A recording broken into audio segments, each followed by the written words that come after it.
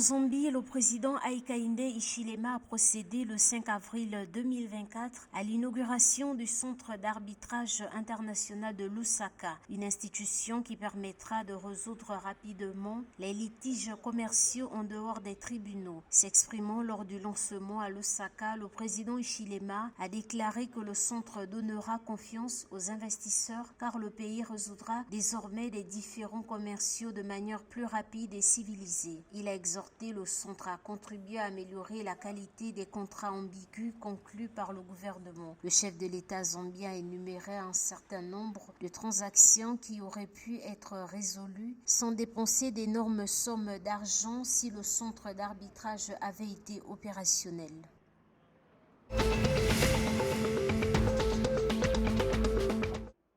Face à la persistance de la crise inflationniste, le Zimbabwe a introduit vendredi 5 avril 2024 sur le marché une nouvelle monnaie dénommée Zimbabwe Gold Zing.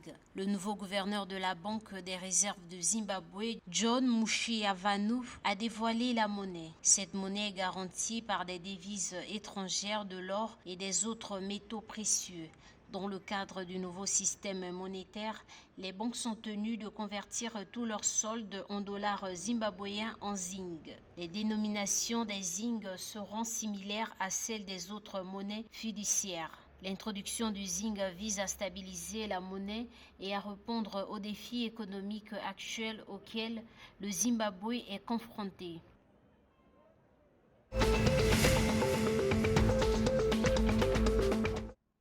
Pour soutenir la croissance économique de son pays, l'ambassadeur d'Angola en Namibie, Jovelina Imperial, a appelé tout le monde, en particulier les résidents angolais de la diaspora, à participer au développement du pays. S'exprimant à l'occasion du 22e anniversaire de la réalisation de la paix et réconciliation nationale, la chef de la diplomatie angolaise a incité ses compatriotes à mobiliser davantage d'investissements pour le pays. Jovelina Imperial a souligné que faire taire les armes ouvre la possibilité de construire et de réhabiliter des infrastructures et des routes permettant la libre circulation des personnes et des biens.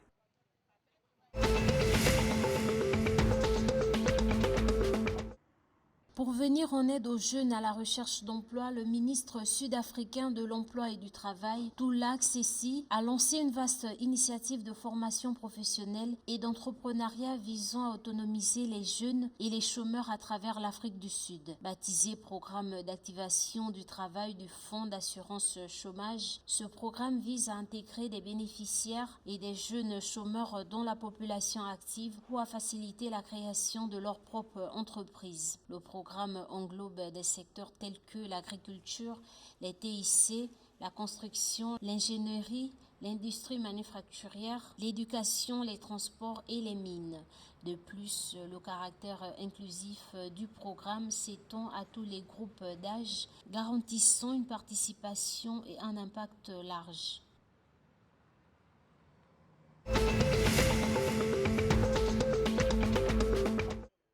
Afin de réduire les impacts négatifs des conflits entre l'homme et la faune sauvage, le ministère namibien de l'Environnement, des Forêts et du Tourisme a annoncé le 4 avril 2024 avoir intensifié les mesures. En réponse aux défis croissants auxquels sont confrontés les agriculteurs et les communautés, le ministère a entrepris une série d'initiatives concrètes visant à atténuer l'impact de ces conflits, a fait savoir dans un communiqué le ministère de l'Environnement. Ces efforts comprennent le déploiement d'activités de sensibilisation et de dialogue dans les régions affectées afin d'éduquer les communautés sur la gestion des conflits entre l'homme et la faune sauvage.